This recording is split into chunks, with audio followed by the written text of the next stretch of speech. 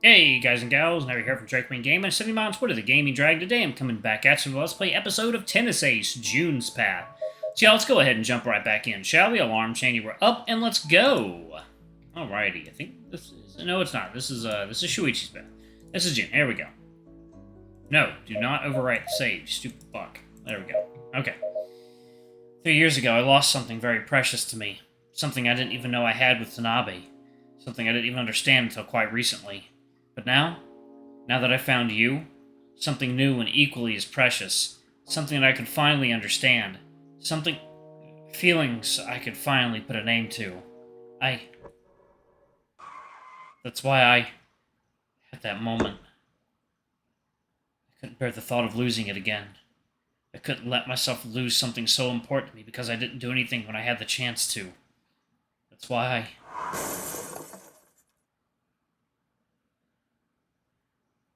Thoughts like these are why I don't like being left alone without anything to occupy my mind.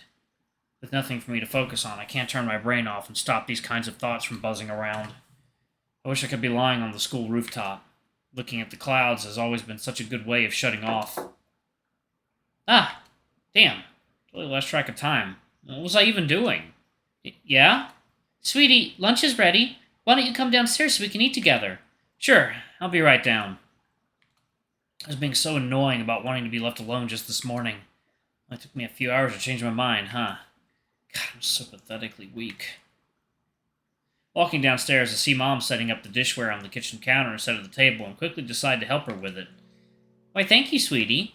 No problem. It's kind of funny when I think of just how quickly I adapted to this. I can move around the house way faster than I did just a few days ago now that I'm used to the crutches. The stairs are way less of a hassle than I initially thought they would be, too. Are we not eating at the table? It's just you and me. I figured the countertop would be fine. True. I don't really have any reason to argue against that anyway. A little part of me wants to take the food into my bedroom to eat there, even though I also don't want to be alone. I have no idea what I want, and that's incredibly frustrating. So, while I was grabbing the silverware and napkins, Mom went ahead and made both of our plates. Lunch is pretty simple today. Just some rice, miso soup, grilled mackerel, and a few dumplings. God, sounds delicious. Which suits me just fine. All this is incredibly delicious. Is there any particular reason why you decided not to go to school today? Of course. Hey, I'm not judging. I'm just, curious. Mom. Come on now. You can't even talk to your mother. Do you really think I wouldn't understand? It's not that. Oh? Then what is it? I really didn't want to have this conversation. I dropped the napkins on the counter, placing both hands on top of it and leaning forward against it, sighing loudly while trying to organize my thoughts into something even remotely coherent. The truth is, I have no idea what it is. My thoughts have been going around in circles lately, even more so than usual. I don't like being locked away at home. Being alone with my thoughts is terrible. Not having anything I can do to distract myself forces me to confront everything I thought I kept locked away. Second, water time. Hey, guys and gals, and we are back. Let's go ahead and jump back in, shall we? Okay. Even problems, thoughts, and feelings I didn't know I had keep coming up to the surface and haunting me day and night. Truth is, I hate it. But I also don't want to leave. I don't want to get out of the house. I don't want to be seen. I don't know what will happen when I'm out there. I don't know what people will say. I'm scared to find out. I don't know what I want. Yuichi, sit. The food will get cold if you don't eat. Right.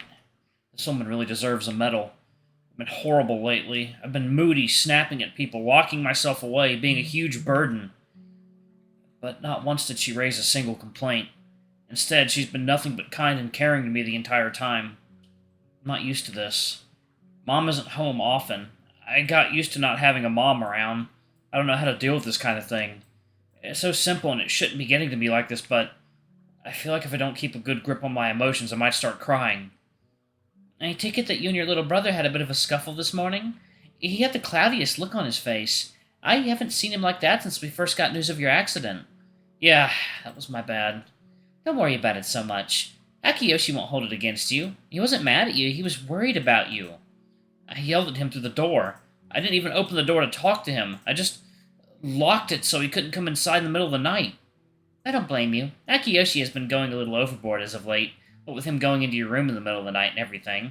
You knew about that? I'm your mother. It's my job to know about it. Then why didn't you say something? If I did, I'd only make it worse. Your brother might be overcompensating, but you two need to work through it on your own. Akiyoshi got too used to you taking care of him all the time. He doesn't know how to handle being on the other side of it. You two are brothers, after all. For all he'd whine and complain about you smothering him, he does the exact same when the roles are reversed. You're a lot more in the know than I thought you were, that much is for sure. Of course, that doesn't mean I wasn't worried. Barely sleeping through the night isn't healthy for him, and he's no help to you if he's keeping you up by doing it.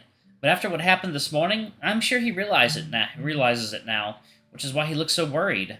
Or, well, it could be a whole lot of other things going through his head. I might be his mother, but I'm not yet a mind reader. You sure are cheerful considering what we're talking about. If I let myself get down and depressed at every hardship life threw at me, I never would have chosen motherhood. I certainly wouldn't have survived your father's passing. That's a very good point. I wish I were that strong. Here I am, feeling like I might crumble at the slightest setback. Every time I think I've put myself back together, something happens that makes me feel like my world is ending all over again. I'm tired of putting myself back together.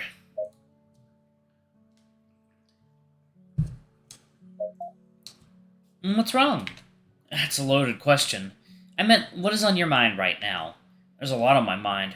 It's really hard to say. Well, if there anything I can help you with, maybe I could give you some perspective if you let me. You don't have to tell me everything, but I can help if you tell me something. God, it's hard to say. It's all a jumbled mess, and I have such a hard time believing that anything could be helped. At the same time, there's a lot of things I've been going back and forth on for the past while, both before and after the accident.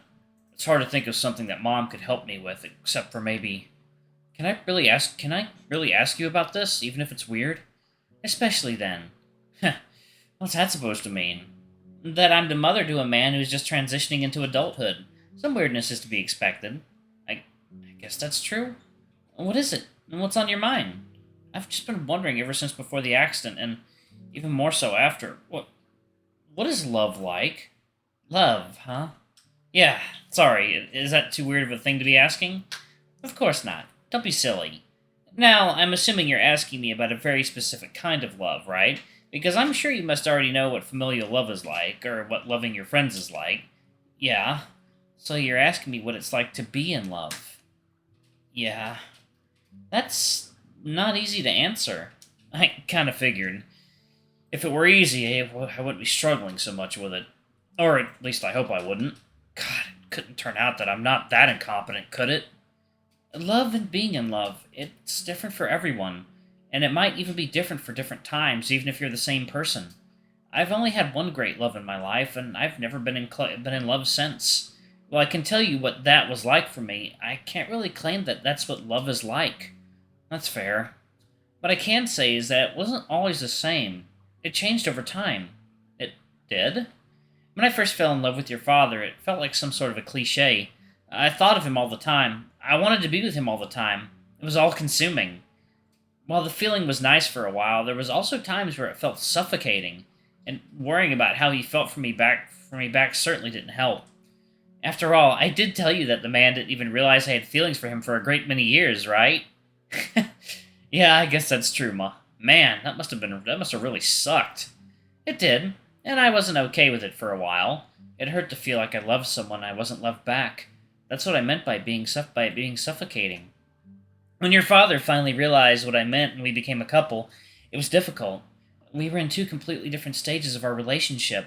I loved him for a long time while he was still only testing out the waters. I felt insecure and vulnerable a lot of the time, like I was bracing myself for the pain that was sure to come. That sounds awful.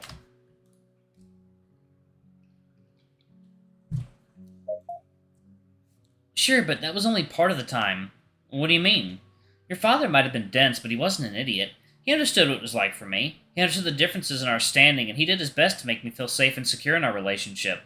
It might not have always worked out, but he worked for it. And in return, I worked to not become the kind of nutcase who's constantly obsessing about where everything is going to go, whether there was a future or not, whether he'll get tired of me. I worked hard to be in the moment and enjoy where we were, because at the end of the day, that's what relationships are. Work. You put in the work every day and you hope that things go well. Every day. That sounds exhausting. It is, but it's no different from any other relationship in your life, just maybe a bit more personal. Be it friends or family, you've got to put in the work to keep things from falling apart. Nothing grows if you just leave it to its luck. Or do you not try your best to fix things when you make a mistake and hurt your friends? I guess that's true. I hadn't thought of that. But what if you're not sure? What if you're not sure if you're really in love? Wouldn't starting a relationship then be wrong? Why would it be? I did just say that your father didn't love me when we first started dating, didn't I? But, sweetie, worrying about that stuff, it's nice to take someone else's feelings into consideration, but it's pretty pointless. You don't need to be in love for a relationship to start. In fact, most don't start at that stage. It's something that comes later. To start a relationship, all you need is a mutual interest. You just put in the work and hope that something will come out of it. That love will come out of it. And that love will be mutual. That sounds like one hell of a gamble. Someone could get hurt like that. People can get hurt from a lot of things, but it sure beats having to spend all your time agonizing over what could have been if you just tried. Sure, it might not always work out, but it's better than the alternative. Trying is always better than not trying. If you don't try, you're guaranteed that you won't get a good outcome. The important thing is to try. Even if you're not sure your feelings are intense enough to be love, that doesn't mean you can't. If you feel romantically attracted to someone, that should be enough to give it a try. Is that how it is? Have I been overthinking this whole time? I don't know. I've hurt people before by doing this. Getting into a relationship without being sure of how I felt is just... I guess with the girls I dated before, I already knew for sure I had no feelings for them, but still. I care about June a lot. The thought of hurting him is unbearable. If I say yes on a whim and end up breaking his heart, I'd never forgive myself. Might I say that if it's a matter important enough for you to consider so carefully, that should be an answer by itself? What do you mean? You obviously wouldn't be thinking so hard about it if you didn't care about this girl. It's almost like you're asking to be convinced. It seems like you really want it and just want to be given a reason to say yes. This girl? Oh crap, right. I totally hadn't considered that. Oh man, this is probably going to be a huge shock for her. There's no way I can tell her right now. Right, you just might be right there, you know. You don't have to get so embarrassed. It's normal to feel awkward and vulnerable when this sort of thing happens, but everyone goes through it. I'm just happy there's finally someone you like enough to actually get like this. Yeah, I suppose. I just hate to think what would happen if I were wrong and it ended up not working out. I don't mean to be cynic, but relationships fail all the time. If you keep worrying about all the pitfalls, you're just going to lose the opportunity to grab onto something that could be really good for you. That's a good point. Just been looking for reasons to convince myself, huh? Is that what I've been doing? Besides, just think about it. How many things in your life have you ever been 100% sure of? Because I never have. Not once, about anything. I was sure about wanting to keep playing tennis. Before even giving myself time to think things over, I blurt the first words that come to my mind. I can't tell which of us is more surprised when I do so, but I immediately bite my lip, looking away from Mom like I just did something awful. Alright, I'm going to go ahead and pause it right there. Thank you all so much for watching. Don't forget to like, comment, subscribe, ring that notification bell, and check out our Patreon or YouTube memberships if you can. It always helps. Anyway, I love you all, and I'll see y'all in the next video. Bye-bye!